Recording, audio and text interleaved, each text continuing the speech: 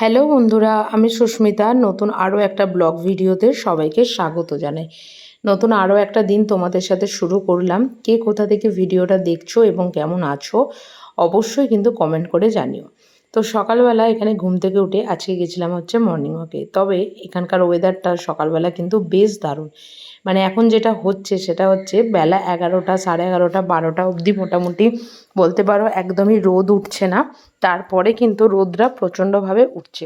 যেটা এর আগে ছিল কি সকালবেলা উঠলেই পৌনে 7টা, 7টা থেকে প্রচণ্ড পরিমাণে রোদ থাকতো। তবে হ্যাঁ, মাঝে মাঝে 3 দিন 4 দিন ছাড়া ছাড়া কিন্তু বেশ সকালবেলাতেও রোদ উঠছে, কিন্তু বেশিরভাগ দিনটাই হচ্ছে তাই।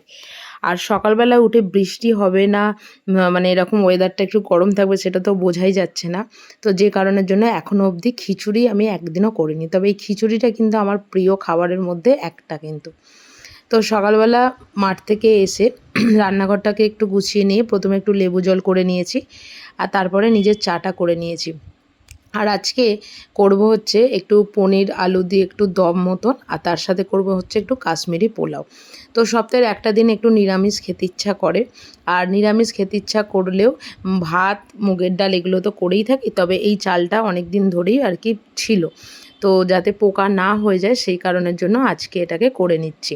তো চালটাকে ধুয়ে দিয়েই আমি মাঠে গেছিলাম, আর এখানে এসে চালটা দেখলাম বেশ ভালোভাবে শুকিয়েও গেছে, অনেকটা সময় তো হয়েও গেছিলো। তাই এখানে একটুখানি আদা, হলুদ, নুন, তারপরে একটু ঘি আর একটুখানি এখানে আমি জায়ফল গুঁড়ো আর কি দিয়ে দিয়েছি, দিয়ে এটাকে একটু মাখিয়ে নিচ্ছি। আর ওদিকে আলুটাকে একটু সেদ্ধ করতে দিয়ে দিলাম, কারণ আলুটার যে গ্রেভিটা করব ওটাতে একটু আলুটা সেদ্ধ হয়ে ভাজা থাকলে বেশ ভালো হয় আর কি বলতে পারো। তো আমি তো রোজই তোমাদের সাথে সকালবেলা বলতে পারো একই টাইপের রুটিনই শেয়ার করি, রান্না করা, ঘর গোছানো বা ঘর ঝাড় দেওয়া, ঘর মোছা, কারণ সকালবেলাটা আমার মেনলি এই কাজগুলোই থাকে। তারপর সারাদিনে টুকটাক টুকটাক যে সমস্ত কাজকর্মগুলো থাকে সেগুলো মানে ভালো লাগলে একটু ভিডিও করি, না হলে আর করি না। তো এদিকে যাই হোক, একটুখানি ঘি আর একটুখানি সাদা তেল দিয়ে এখানে কাজু কিশমিশটাকে ভেজে নিয়েছি, আর গোটা গরম মশলা দিয়ে এখানে পোলাওয়ের চালটাকে একটু ভেজে নিচ্ছি।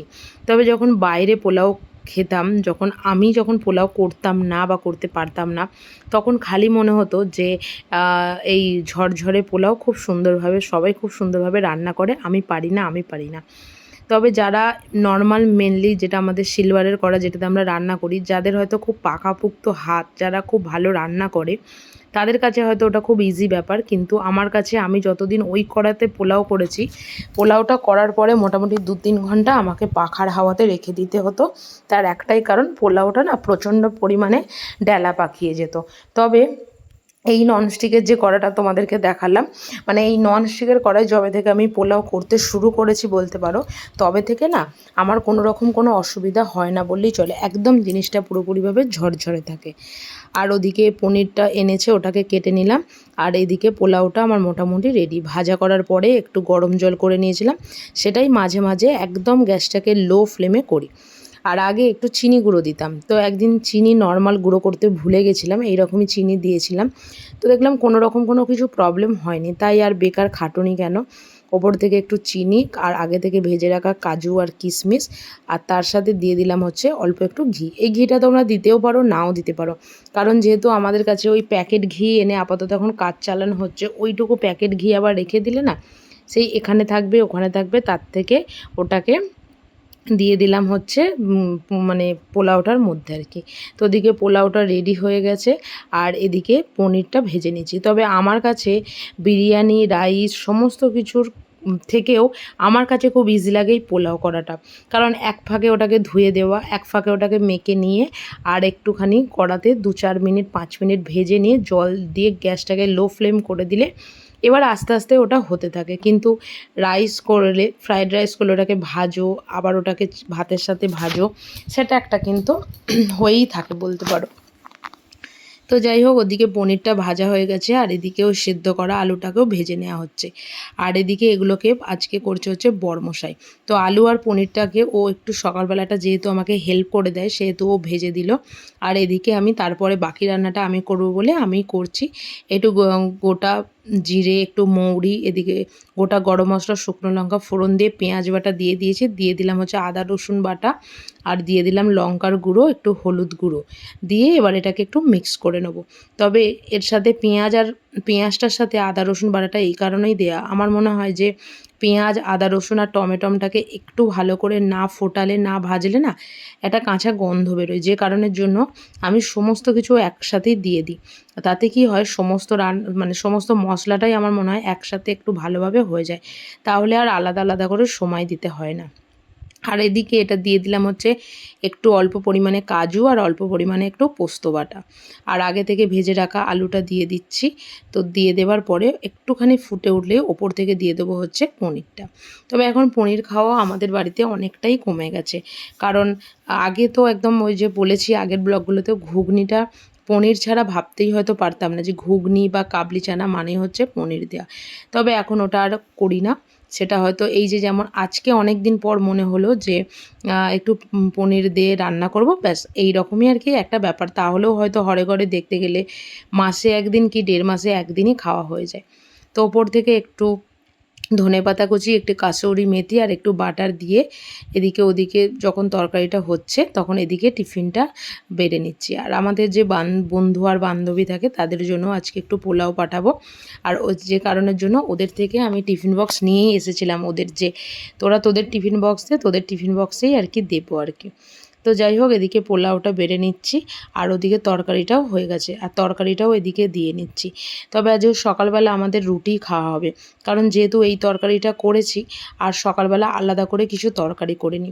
কারণ সকালবেলা তো জানেন যে প্রচণ্ড তাড়াহুড়ো থাকে সবার ফ্যামিলিতে, যাদের যাদের ফ্যামিলিতেই সকালবেলা খাবার খেয়ে আবার খাবার নিয়ে যাওয়ার ব্যাপার থাকে, তারাই জানে একমাত্র এই সকালবেলাটা কতটা ব্যস্ততার মধ্যে দিয়ে যায় আর কি।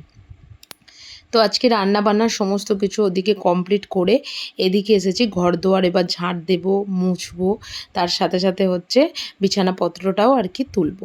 কারণ কোন দিন কোন কাজটা আগে পরে করি আর কোন দিন কোন কাজটা মাঝে মাঝে করি সত্যিই আমি নিজেও জানি না। তবে চেষ্টা করি একটা নির্দিষ্ট সময়ের মধ্যে কাজটাকে পুরোপুরিভাবে কমপ্লিট করার, কারণ সারাদিন ওই টুকটুক টুকটুক করে কাজ করবো সেটা আমার একদমই ভালো লাগে না, আগের ব্লগটাতেই তোমাদের বলেছিলাম।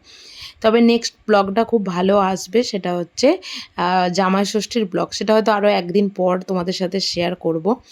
তো যাই হোক, এদিকে বাইরেটা মুছে এসে এদিকে বিছানাটা এবার তুলে নিচ্ছি, কারণ লাস্ট কাজ আজকে এটাই পড়ে রয়েছে।